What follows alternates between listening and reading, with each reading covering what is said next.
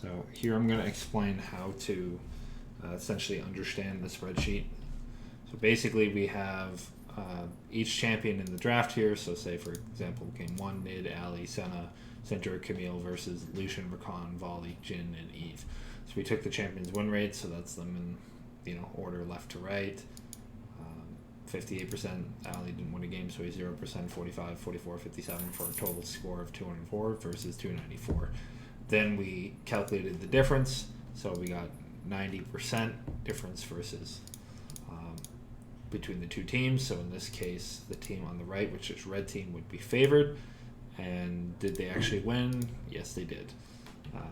Here we got game time, so 34 minutes and 11 seconds. And this one we have our goal difference in 5-minute intervals, so you can kind of look at this and see how close the game was, if it was a stomp based on how fast the game time and kind of goal fluctuations throughout the game. You can also take a look at the drafts, see if one team kind of outscales another or whatnot, up to you. But basically, we go through all the games here. If there's an upset where essentially a team that was favored in draft loses, it's highlighted in color. So essentially, in this case, red team was 1% favored, but since blue is highlighted, blue actually ended up winning. So this would be where the prediction is wrong. Now, in this particular case, it's only a 1% difference, which is not that significant because the champions themselves, depending on how it rounds out, it's less than like 0.25% champ win rate per person, right? So on average, we found that a team would outdraft another by 53.8 points or 53.8%. So, in some of these games you can see it might be 100% draft point difference, and others it might be 50 or 70. Sometimes it's like 17%, stuff like that. So that's it for the most part on the first tab. Now the second tab here we have our stats and records. So these are just certain metrics that I put together to try and have you understand the data more. So in the top left here we have biggest outliers. So this is essentially a team that was favored to lose. Sorry, a team that's favored to win but ended up losing. In this case, like TSM is a 51-point advantage over Gen G, but they still ended up losing the game. And then TSM, 46% favored over Fnatic, lost. TSM 46% favored over LGD, lost, and so on and so forth. After that we got Gen G versus Damwon, and so on and so forth. They're in order from highest upset to lowest upset. Now, thing to keep in mind is that this is still less than the average draft difference of all the games, which is 53.8 points. So it kind of, any team that won more than the average draft score difference always ended up winning.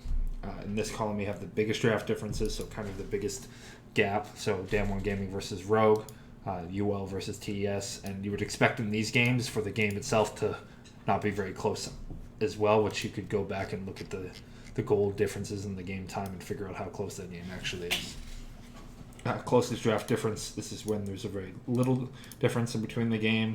So whichever team wins is kind of, in theory, more based on the skill of the teams, which team is actually better, and in theory the game would be longer or have closer goal differences or fluctuations, stuff like that.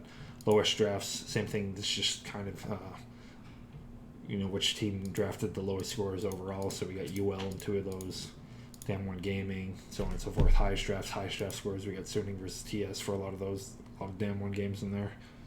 The highest draft score we have is essentially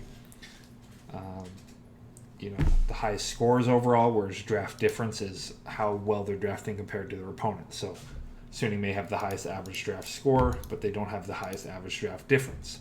So Suning is also giving up better picks in theory to their enemy team, whereas Damwon Gaming is keeping a larger gap. Average draft difference and losses, so this is kind of determining when the team does lose, how much are they losing draft by. So we got Damwon Gaming with the largest by far at 113%.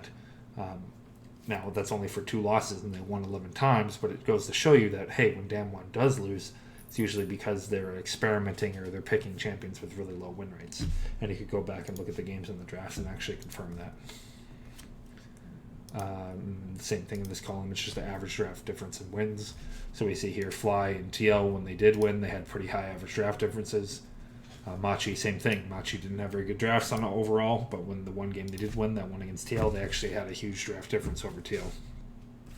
Other things we can conclude here is that, when TL won their games, they were really high draft difference, and when they lost, they were really low draft difference.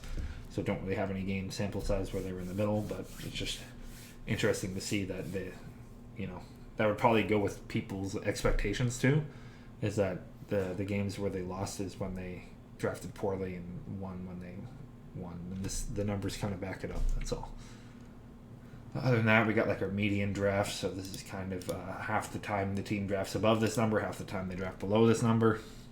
It's your median. Over on this side, we have the draft scores of each game listed in order from lowest to highest. So Damwon's lowest draft would be 164, and their highest would be 325. The games with yellow are their losses, so in general, you would expect there to be more yellow on the left side, but it does kind of depend on who they're matched up against as well. And some of these ones you see on the right up here are actually the outliers out of those games. So lastly, we just had most favored loss percentage. So TSM had the most losses while being favored in the draft for a total of 143% favored. The next closest is Top Esports with 42%. Then we have G2 at 38% in their one loss versus Damwon. LGG, one loss versus Gen G. And now you can see that the differences are starting to be less significant. And in a lot of these cases, like say when D-Rex lost to Damwon is so heavily favored that even if they lose draft slightly, you would expect Damwon still to win. Same thing with maybe not quite as much with Damwon versus G2, but still. That's pretty much it for that. Just some other conclusions I had here that I kind of found out just after looking into the data is that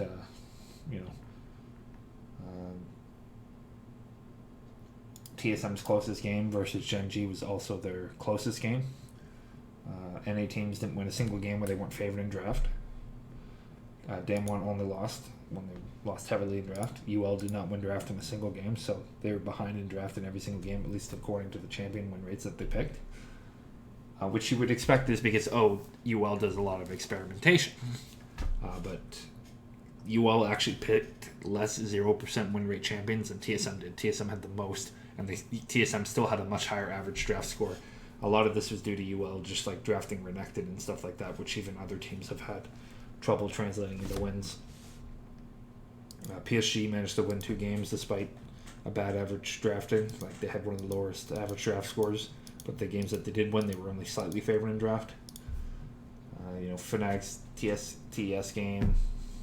The rest of these you guys can read on your own, but I'm sure if you look at it, there's some other conclusions you can make. Hopefully, overall, it's interesting to at least some of you guys.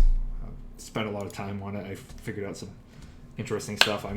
It's gonna be fun to look back at this in retrospect after the finals, just to see if the traits hold true. I'm hoping we get a game where it's a 5-game series, just where the games are close, and then maybe we can go back and look at the draft scores using the same data from the semifinal win rates, and then see, hey, did the team with the higher draft score actually win, or did it not matter, stuff like that. That's all, though. Thanks for checking out the video, and hope you enjoy using the spreadsheet.